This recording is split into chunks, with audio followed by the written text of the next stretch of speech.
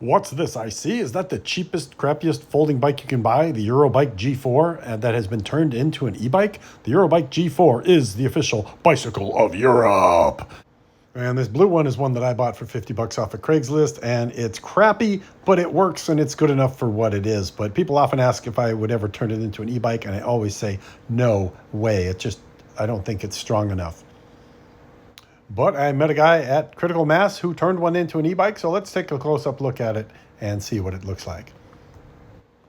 So you can see here that there's a big battery bolted in the middle, sort of as a stressed member on the frame. He's put a custom stem and handlebar on it with hydraulic disc brakes, replacing the mechanical disc brakes. That big brick in the middle is a battery and a controller, and then he's upgraded the shock on the rear wheel as well. He's also replaced the rear wheel with a 3-speed Shimano unit that has a single gear driven by the chain, and then it's got 3 speeds internally geared there. Another look at the hydraulic brakes, comfortable Schwinn seat, and then that is what the cockpit looks like. So he says it does about 30 miles an hour. He's not sure how much speed he's got, but it's probably like a 750 or 1,000 watt motor, and the motor is hanging under the bottom bracket down there underneath the chain wheel.